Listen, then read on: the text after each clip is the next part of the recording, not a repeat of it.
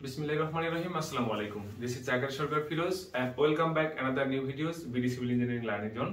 তো বন্ধুরা অনেক দিন পর আসলাম নতুন ভিডিও নিয়ে। তো আজকের ভিডিওতে মূলত আলোচনা করব কেন এতদিন ভিডিও করা হয় নাই। তো ভিডিও না করার মূলত প্রধান এবং প্রথম যে কারণ এটা হচ্ছে অ্যাডমিশন। আমি দীর্ঘ 2 বছর অ্যাডমিশনে ছিলাম, ডুয়েট অ্যাডমিশনে।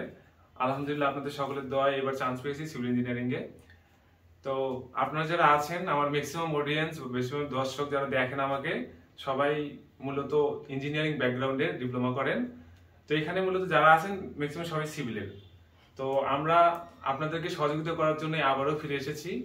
যারা ডুয়েটকে স্বপ্ন দেখেন, ডুয়েট জয় করতে চান, সকলেরই উচিত ডিপ্লোমা থেকে ডুয়েটের জন্য প্রিপারেশন নেওয়া। কেননা বর্তমান সময়ে ডুয়েটের চান্স পেতে গেলে অবশ্যই আপনাকে আগে থেকে পড়তে হবে। সো আপনাদের সাহায্য করার জন্য আমাদের ক্ষুদ্র প্রয়াস। আমরা শুরু করব নন টেকের যে সাবজেক্টগুলো আছে ওগুলো ধারাবাহিকভাবে পড়াবো। তো যারা অন্য ডিপার্টমেন্টের আছেন তাদেরও কোনো প্রবলেম নেই, কারণ নন আমাদের সবারই মোটামুটি এক। তো বন্ধুরা আনে আলোচনা আমরা আজকে যাব ম্যাথমেটিক্সের একটা গুরুত্বপূর্ণ চ্যাপ্টার বা গুরুত্বপূর্ণ একটা পার্ট ত্রিকোণমিতি। তো আলোচনা করব ত্রিকোণমিতি নিয়ে। তো চলুন আলোচনা করা যাক ত্রিকোণমিতি নিয়ে। তো প্রথমে আমরা জানি ত্রিকোণমিতিটা মূলত কি।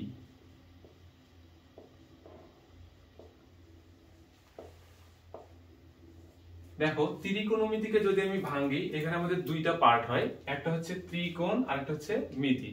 তো ত্রিকোণ বলতে কি বোঝায়? তিনটা কোণ। আর মিতি হচ্ছে পরিমাপ। তাহলে আমি এখান থেকে বলতে পারি ত্রিকোণমিতি অর্থাৎ তিন কোণের পরিমাপ। আচ্ছা দেখো তিনটা কোণ কোথায় পাবো?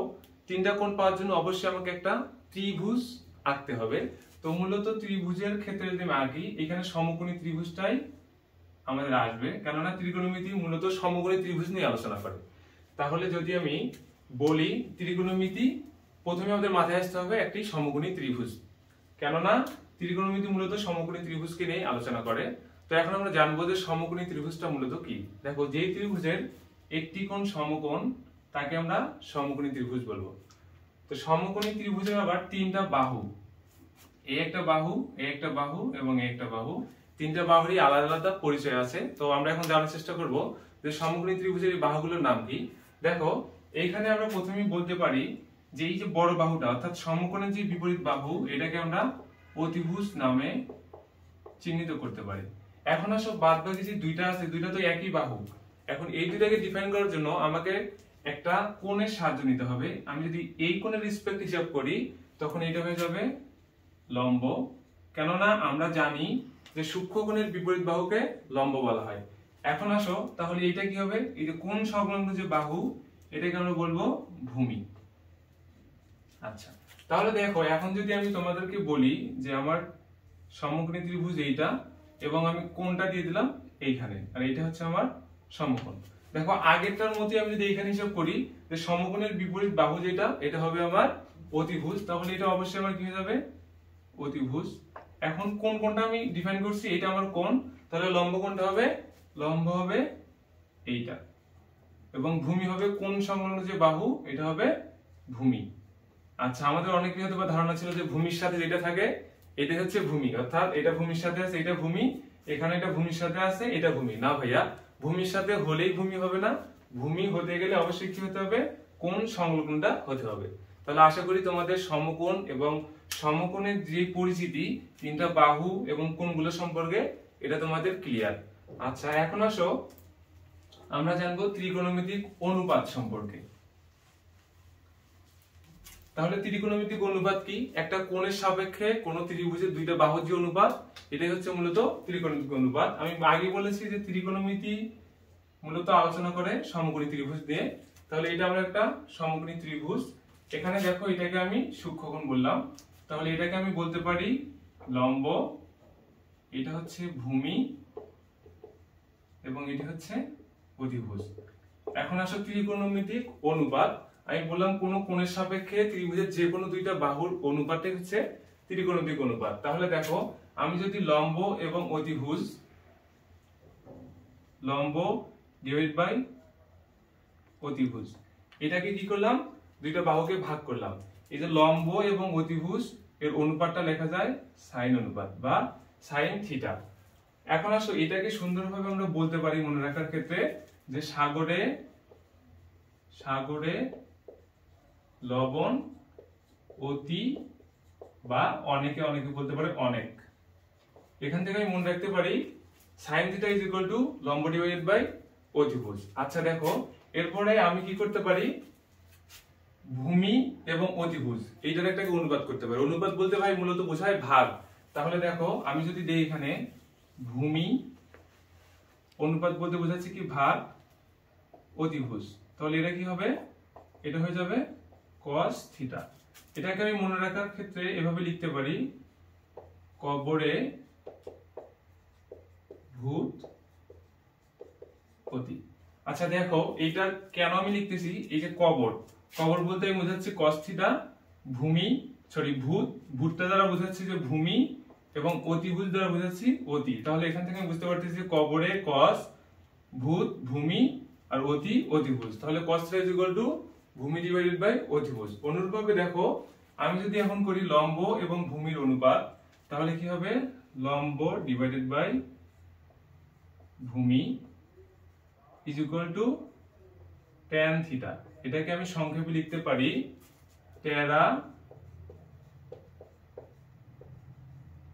লম্বা ভূত। দেখো তো অনেক মজার না, টেরা লম্বা ভূত। এখানে টেরা বলতে tan θ, লম্বা হচ্ছে কি লম্ব এবং ভূত হচ্ছে ভূমি।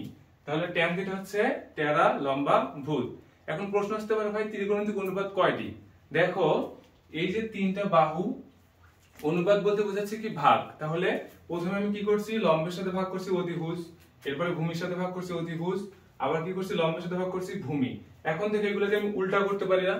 যদি আমি এগুলোকে উল্টাই দেই তখন কি হবে, একটু আমি এই পাশেগুলো মুছে দেই তাহলে তোমাদের বোঝার সহজ হবে। এগুলো তোমরা একটু মনে রাখবা। দেখো এখন আমি কি করতে পারি, অনুরূপ ভাবে অতিভুজটাকে উপরে দিতে পারি, অতিভুজ ডিভাইডেড বাই লম্ব, এটা হয়ে যায় কোসেক থিটা, কোসেক থিটা।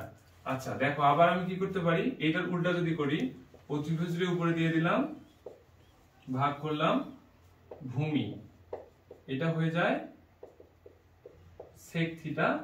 এখন দেখো আমি কি করলাম, ভূমিরে উপরে দিয়ে দিলাম, লম্বকে নিচে দিলাম, এটা হবে আমার কট থিটা, কট থিটা। দেখো এই যে তিনটা বাহু ছিল, এখানে কি আর কোনোভাবে ভাগ দেওয়া যায়? যায় না। মূলত আমি কি করতে পারি, লম্বের সাথে অতিভুজ ভাগ দিতে পারি, আবার অতিভুজকে উপরে রেখে নিচে কি দিতে পারি, লম্ব দিতে পারি। আবার রিভার্স ভাবে কি করতে পারি, আমি ভূমির সাথে অতিভুজ দিতে পারি ভাগ, আবার অতিভুজ উপরে রেখে ভূমি ভাগ দিতে পারি। এখানে আবার কি করতে পারি, লম্ব ভাগ ভূমি করতে পারি, ভূমি ভাগ লম্ব করতে পারি। আর কোনোভাবে এখানে অনুপাত তৈরি করা যায় না। এজন্য মূলত আমাদের ত্রিকোণমিতিক অনুপাত 6টা। কি কি? সাইন, কোসেক, কস, সেক এবং ট্যান, কট। তাহলে এই 6টা অনুপাত আমাদেরকে খুব সুন্দরভাবে জানতে হবে। এই 6টা অনুপাত দিয়ে মূলত আমরা পুরো ত্রিকোণমিতির সবগুলো ম্যাথ করব। আচ্ছা তাহলে আমাদের মোটামুটি ত্রিকোণমিতিক অনুপাত কি এই বিষয়টা ক্লিয়ার। আমরা এখন সামনের দিকে একটু আগাবো, এর পরের ধাপগুলো আমরা এখন জানার চেষ্টা করব। তো এটা ভাই আমাদের মূলত ত্রিকোণমিতির বেসিক ক্লাস। ত্রিকোণমিতির বেসিক ক্লাসটা খুব ভালোভাবে বুঝলে ত্রিকোণমিতি আমাদের কাছে অনেক সহজ হয়ে যাবে। তো এখন আমরা জানবো চতুর্ভাগ সম্পর্কে। দেখো চতুর্ভাগ সম্পর্কে তোমরা অনেকেই জানো, জ্যামিতিতে এটা আলোচনা হয়ে থাকে, তারপরেও আমরা বিশদভাবে আলোচনা করার চেষ্টা করব। তো প্রথমে আমরা জানি যে চতুর্ভাগটা মূলত কি। কোন সমতলকে যদি আমি 4টা সমান ভাগে ভাগ করি তখন তাকে আমরা বলবো চতুর্ভাগ। আচ্ছা একটু লক্ষ্য করো, এটা আমার একটা সমতল না? এই সমতলকে আমি কি করলাম, 4টা সমান ভাগে ভাগ করলাম। দেখো 1টা ভাগ, 2টা ভাগ, 3টা ভাগ, 4টা ভাগ। তাহলে 4টাকে আমি কি করছি, সমান ভাগে ভাগ করছি, এটাকে আমি বলতেছি চতুর্ভাগ।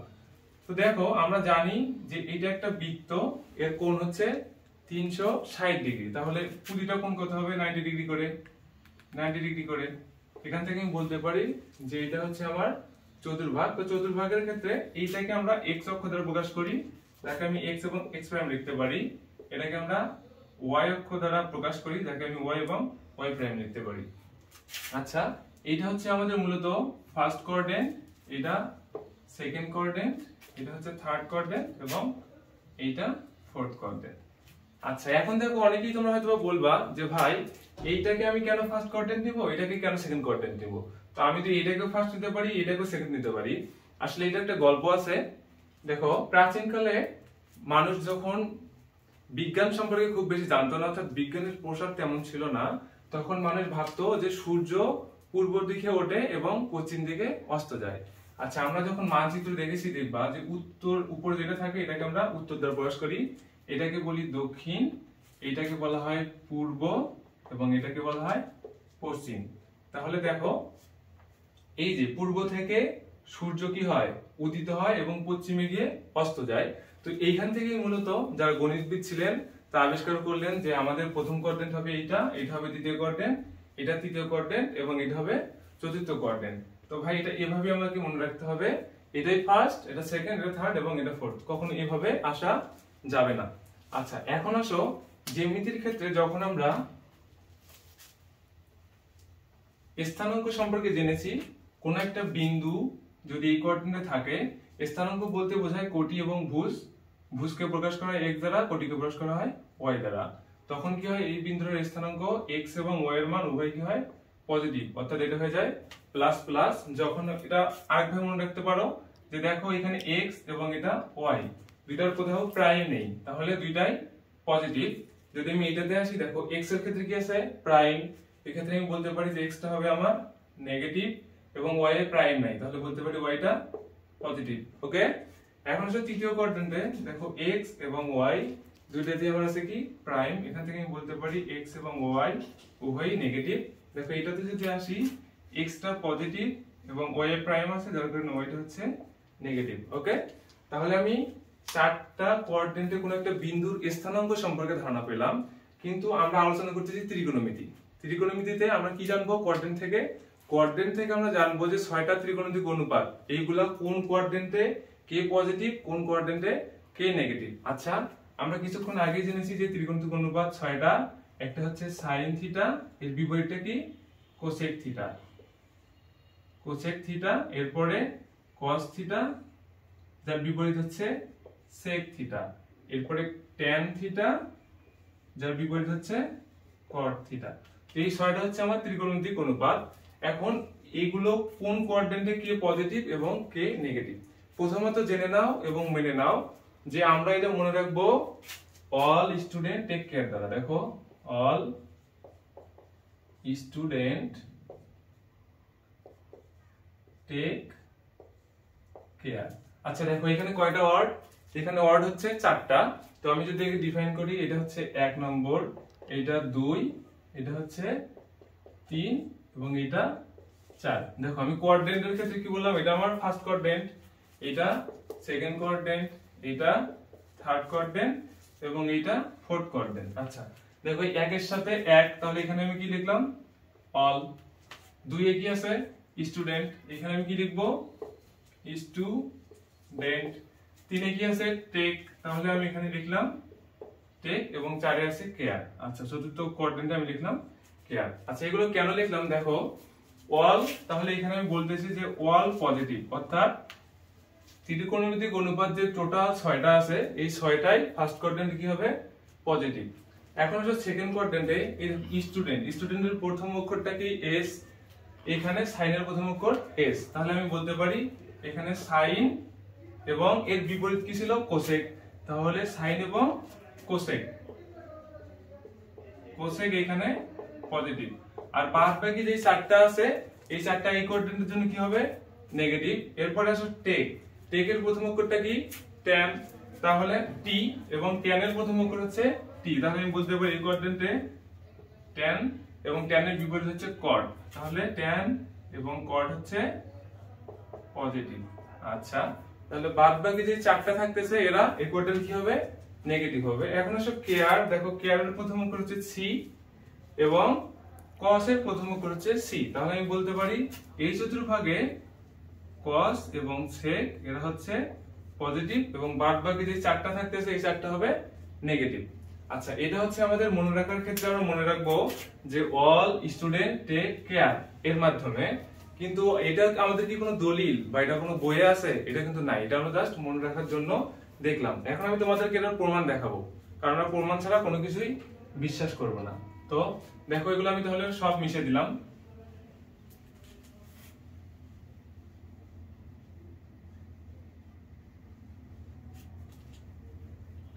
আচ্ছা তাহলে দেখো এই কোয়াড্রেন্টে আমি যদি একটা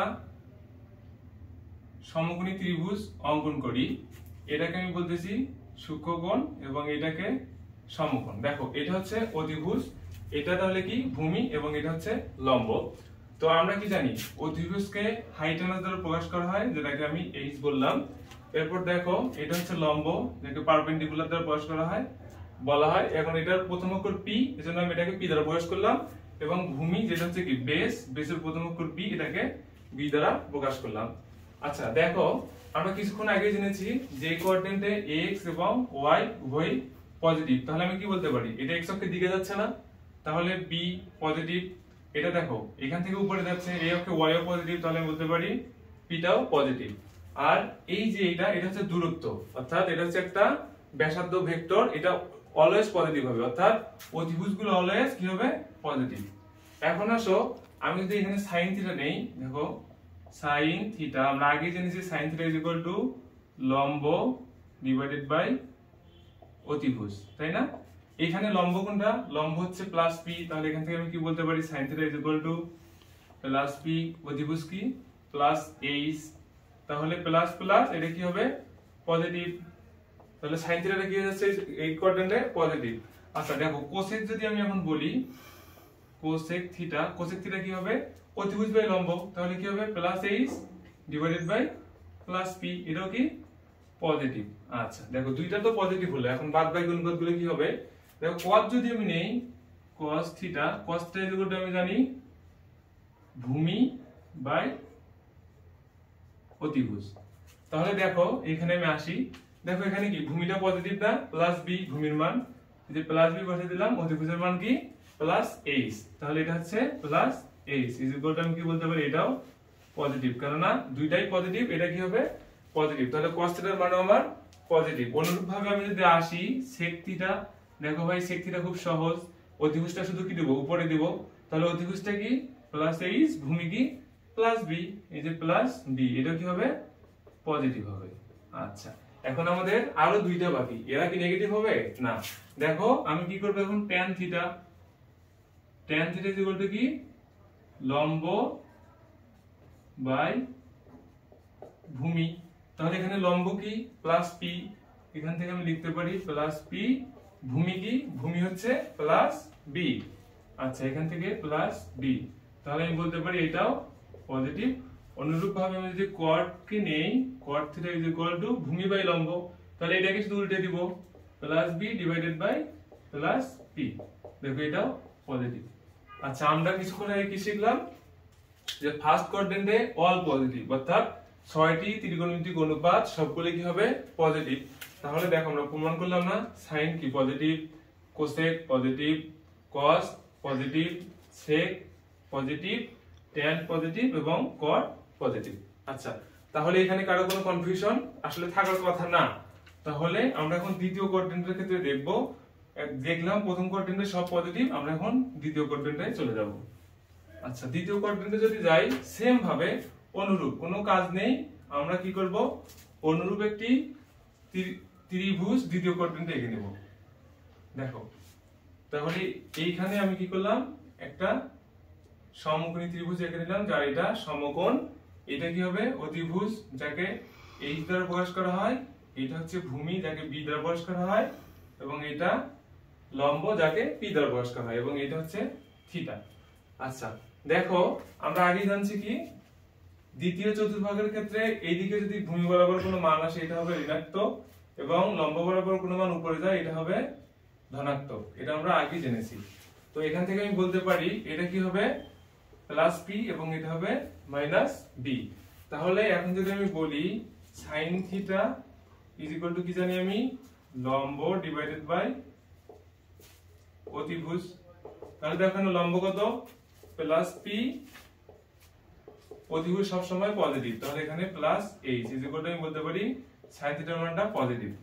আচ্ছা sin যদি পজিটিভ হয় তাহলে কি হবে কোসেক এমনি পজিটিভ হবে, আমরা বুঝতে পারতেছি, কারণ এটাকে যদি উল্টাই দেই সেম দুইটাই কি হবে পজিটিভ, তাহলে কোসেক থিটাও পজিটিভ। আচ্ছা দেখো এখন আসি tan theta is equal two আমি জানি লম্ব বাই ভূমি। আসো লম্বের মানটা বসাও, লম্ব কি প্লাস পি, তাহলে এখানে কি দিচ্ছি প্লাস পি। এরপরে আসো ভূমি, ভূমির ক্ষেত্রে দেখো এটা কি হয়ে গেছে মাইনাস বি, একটা প্লাস এবং একটা যদি মাইনাস হয় আলটিমেটলি এটা হয়ে যাবে আমার নেগেটিভ। তাহলে ট্যান থিটার মানটা কি নেগেটিভ, ট্যান থিটা যদি নেগেটিভ হয় তাহলে কট থিটা কি হবে ভূমিটা উপরে যাবে, অর্থাৎ একটা কিন্তু নেগেটিভ থাকতেছে, এজন্য আমার কি হয়ে যাবে কট থিটাটাও নেগেটিভ হয়ে যাবে, কট থিটা নেগেটিভ। আচ্ছা এখন থাকতেছে cos থিটা, দেখো cos থিটা যদি আমি করি cos theta is equal to ভূমি ডিভাইডেড বাই অতিভুজ। তাহলে দেখো ভূমির মানটা কি মাইনাস বি, এখান থেকে বলতে পারি মাইনাস বি ডিভাইডেড বাই অতিভুজ, অতিভুজটা কি প্লাস এইচ, তাহলে দেখো একটা মাইনাস একটা প্লাস, মান হয়ে যাবে কি মাইনাস নেগেটিভ। এরপরে অনুরূপভাবে যদি cos নেগেটিভ হয় sec কি হবে, sec থিটাও নেগেটিভ হবে, কেননা cos থিটা এবং sec থিটা একই, এখানে শুধু অতিভুজ উপরে যাবে ভূমি নিচে আসবে। আচ্ছা এখন তোমরা যদি চতুর্থ কোয়াড্রেন্টে যাও অনুরূপভাবেই আমাদের একটা কাজ হবে, তৃতীয়টা আমরা দেখালাম না, আমরা চতুর্থতে চলে গেলাম, সেম সব। এখানে এটা কি থিটা, এখান থেকে এটা পজিটিভ বি থাকবে, এটা কি হয়ে যাবে নেগেটিভ, কেননা আমি কি আসতেছি নিচের দিকে আসতেছি, আবার আমরা স্থানাঙ্কটা এটা জানি যে এটা হচ্ছে পজিটিভ কমা নেগেটিভ। তাহলে দেখো x বরাবর যেটা যাচ্ছে এটা পজিটিভ, y বরাবর যেটা আসছে এটা নেগেটিভ, অতিভুজ সবসময় হবে আমার পজিটিভ। এখান থেকে আমি যদি sin থিটা করি, দেখো sin theta is equal two লম্ব ডিভাইডেড বাই অতিভুজ, তাহলে লম্ব কত এখানে দেখো এটা লম্ব না মাইনাস পি ডিভাইড বাই অতিভুজ হচ্ছে পজিটিভ এইচ, এখান থেকে আমি বলতে পারি sin থিটাটা নেগেটিভ। আচ্ছা sin যদি নেগেটিভ হয় তাহলে কোসেক কি হবে, কোসেকও নেগেটিভ, তাহলে কোসেক থিটা নেগেটিভ। অনুরূপভাবে আমি যদি এখন এখানে cos থিটা করি, দেখো cos থিটা যদি করি cos থিটা সমান হলো জানি ভূমি ডিভাইডেড বাই অতিভুজ। আচ্ছা দেখো এখানকার ভূমিটা কি প্লাস বি না, হচ্ছে প্লাস বি, অতিভুজ হচ্ছে কি প্লাস এইচ, তাহলে এটা হচ্ছে আমার পজিটিভ। তাহলে কি হবে sec এর বিপরীত যেটা sec থিটা এটা হবে পজিটিভ।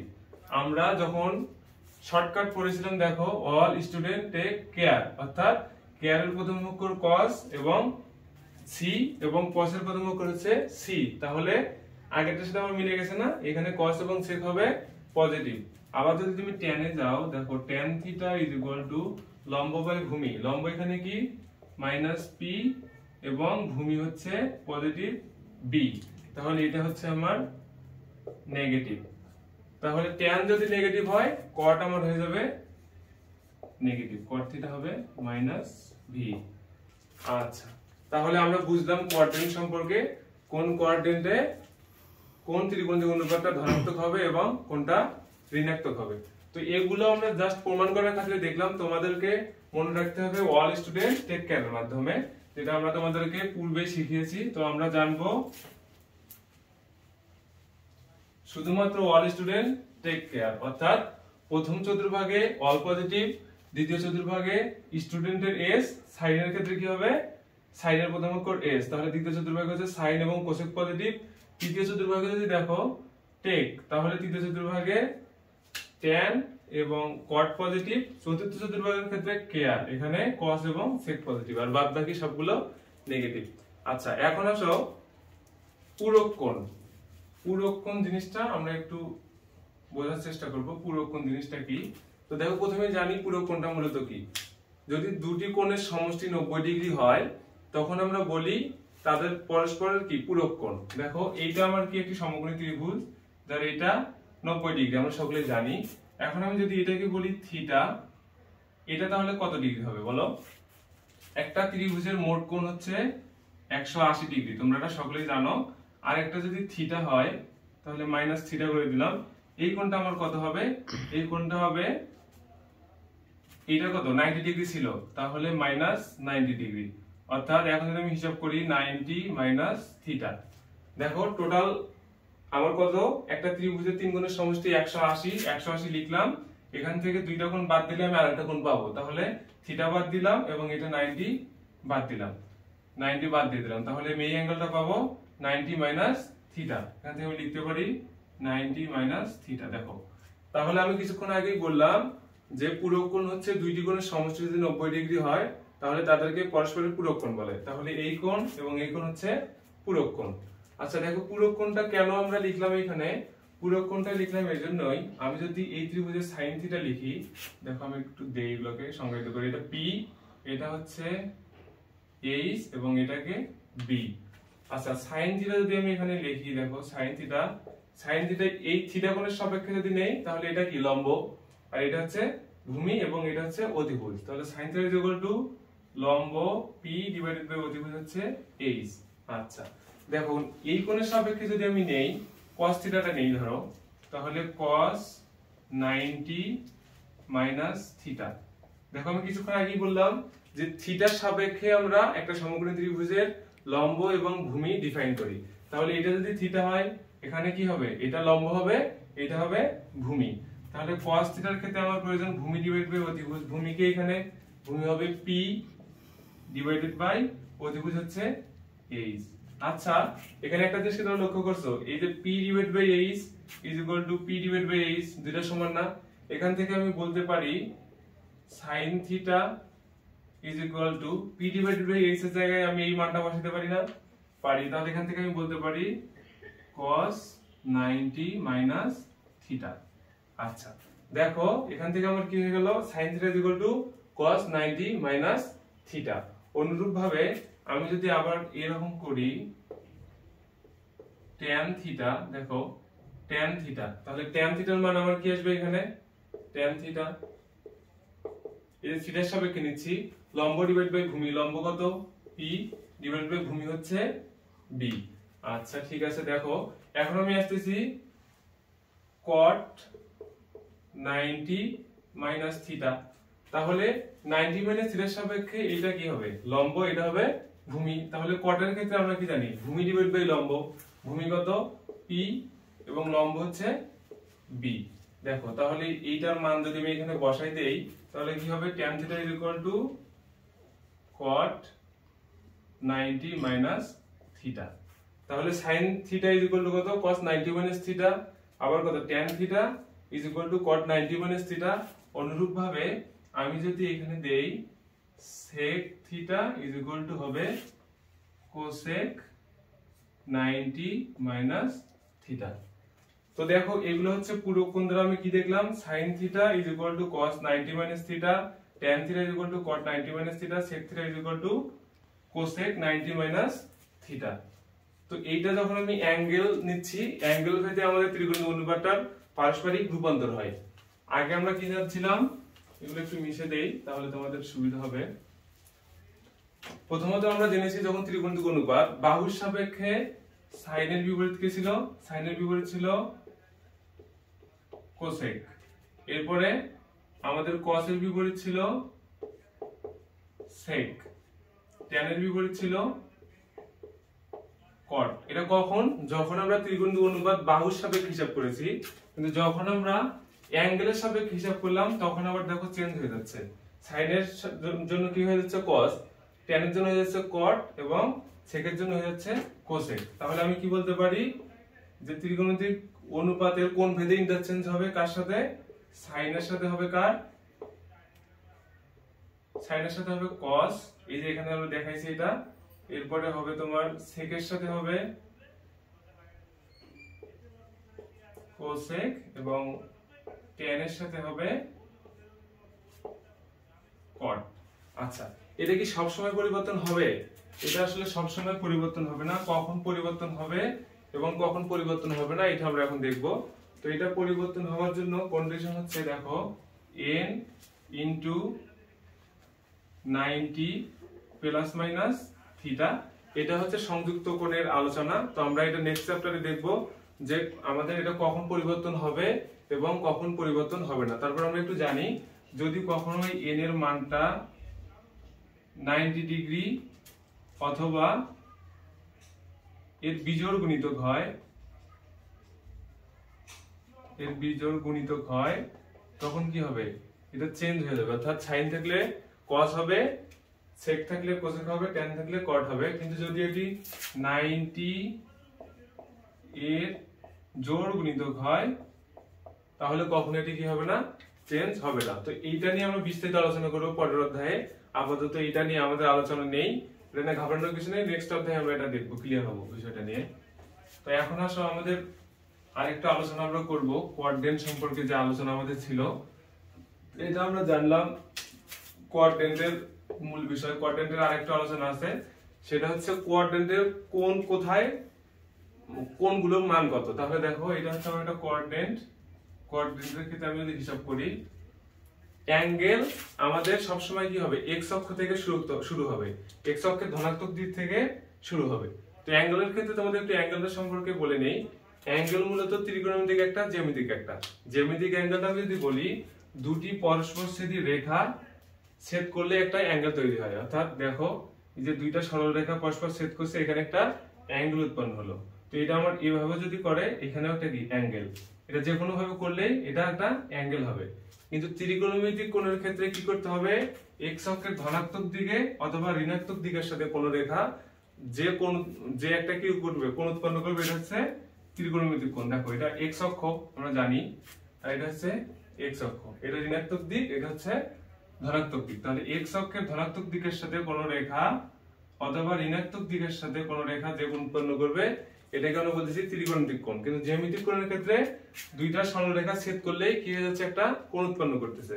তো জ্যামিতিক কোণের ক্ষেত্রে কিছু সীমাবদ্ধতা থাকে, এটা কখনো ঋণাত্মক হতে পারে না, এবং এর লিমিটেশনটা হচ্ছে কত, 0 ডিগ্রি থেকে 360 ডিগ্রি। তো আমরা জানি যে জ্যামিতিক কোণগুলো হবে সর্বোচ্চ 0 ডিগ্রি থেকে 360 ডিগ্রির মধ্যে সীমাবদ্ধ। কিন্তু আমি যদি ত্রিকোণমিতিতে আসি, এর কোনো কি নেই, সীমাবদ্ধতা নেই। এটা ঋণাত্মক হতে পারে, ধনাত্মক হতে পারে, এটা 0 থেকে ইনফিনিটি পর্যন্ত হবে। তাহলে ত্রিকোণমিতিক অনুপাতটা হচ্ছে 0 থেকে ইনফিনিটি পর্যন্ত, এবং এটা ধনাত্মক ও ঋণাত্মক উভয়ই হতে পারে। আচ্ছা তাহলে দেখো এই যে কোণটা, এই কোণটা কি যাচ্ছে, এক্স অক্ষের ধনাত্মক থেকে বিপরীত দিকে যদি যায়, ঘড়িকাঁটার বিপরীত দিকে, তখন এটাকে আমরা বলবো পজিটিভ কোণ, এটাকে থিটা দ্বারা প্রকাশ করলাম। এবং এটা যদি ঘড়িকাঁটার দিকে যায়, তখন এটাকে আমরা বলবো ঋণাত্মক কোণ। কেন ধনাত্মক উপরে বললাম, কেন ঋণাত্মক নিচে বললাম? আমরা আগেই বলেছি যে আমাদের সূর্য পূর্ব দিকে ওঠে এবং পশ্চিম দিকে অস্ত যায়, এটা আমরা আগেই দেখাইছি। এই রেসপেক্টে এই দিকের কোণগুলোকে ধরা হয় পজিটিভ এবং এই দিকের কোণগুলোকে ধরা হয় নেগেটিভ। আচ্ছা তাহলে দেখো এইখান থেকে কোণ শুরু, এটা তো আমরা বুঝতে পারতেছি, এই জন্য এটাকে বলা হচ্ছে 0 ডিগ্রি। আচ্ছা এখন দেখো এটা আমি একটু মিশে দেই আমাদের বোঝানোর স্বার্থে। তাহলে এটা যদি 0 ডিগ্রি হয়, এইটা টোটাল কত, এক সমকোণ। এইখানে কোণ হবে কত, 90 ডিগ্রি। আচ্ছা দেখো এরপরে এখানে কত আসতেছে, আবার 90, তাহলে 90 যোগ 90, এখানে কোণটা কত হবে, 180 ডিগ্রি। এরপর আমি যদি অনুরূপভাবে এখানে আসি, 270 ডিগ্রি, এখানে হবে 360 ডিগ্রি। আচ্ছা তাহলে দেখো ত্রিকোণমিতিক অনুপাত যদি আবার এই রেখাটা এখান থেকে এইভাবে ঘুরতেই থাকে, আবার এখানে আসে, তখন কত হবে, এটা 360 প্লাস থিটা। এখানে কত হয়ে যাবে, দেখো এখানে হবে 360 প্লাস 90, এভাবে এটা কি চলতেই থাকবে। কারণ ত্রিকোণমিতিক অনুপাতের সীমা কত আমরা দেখলাম, 0 থেকে ইনফিনিটি পর্যন্ত, এর কোনো সীমা নেই। আচ্ছা আমরা আপাতত 360 পর্যন্তই জানি। তো এখানে কি এই কোঅর্ডিনেটে কোন কোন কোণগুলো বসতে পারে, দেখো যে এটা ওখানে বসতে পারে 0 প্লাস থিটা। এই যে আমি এটা যদি থিটা হিসাব করি, 0 প্লাস থিটা এখানে বসতে পারে। এরপরে দেখো 90 এর কম হলে এখানে বসবে, তার মানে আমি বলতে পারি 90 মাইনাস থিটা কোণটাও কোথায় বসবে, এখানে বসবে। এরপর আমি বলতে পারি দেখো 360 এর বেশি হলেও এখানে বসবে, 360 প্লাস থিটা। আচ্ছা থিটাটা কি, এটা কি তোমরা বুঝতে পারছো? থিটা হচ্ছে সূক্ষ্ম কোণ, অর্থাৎ 90 ডিগ্রির কম। তাহলে দেখো 0 প্লাস থিটা, এটা কত, থিটাটা হচ্ছে 90 ডিগ্রি কম, 0 তো 0ই। তাহলে 0 এর সাথে যদি 90 ডিগ্রি কম একটা যোগ করি, কোথায় বসবে, অবশ্যই 90 ডিগ্রির মাঝামাঝি বসবে, 0 এবং 90 ডিগ্রির মাঝামাঝি। এজন্য এখানে এই কোণটা হবে 0 প্লাস থিটা। দেখো 90 এর থেকে যদি 90 থেকে আমি থিটা বাদ দেই, অর্থাৎ 90 এর কোনো কম কোণ বাদ দেই, এটা অবশ্যই 0 থেকে 90 ডিগ্রির মাঝে। এরপরে 360 থেকে যদি যোগ করি, এটা তো আমার 360, এরপরে আমি কিছু যোগ করতেছি, তাহলে এটাও এখানে বসবে। দ্বিতীয় কোঅর্ডিনেটের ক্ষেত্রে দেখো 90 প্লাস যদি আমি থিটা যোগ করি, এখানে বসবে 90 প্লাস থিটা, আর কত বসবে 180 মাইনাস থিটা।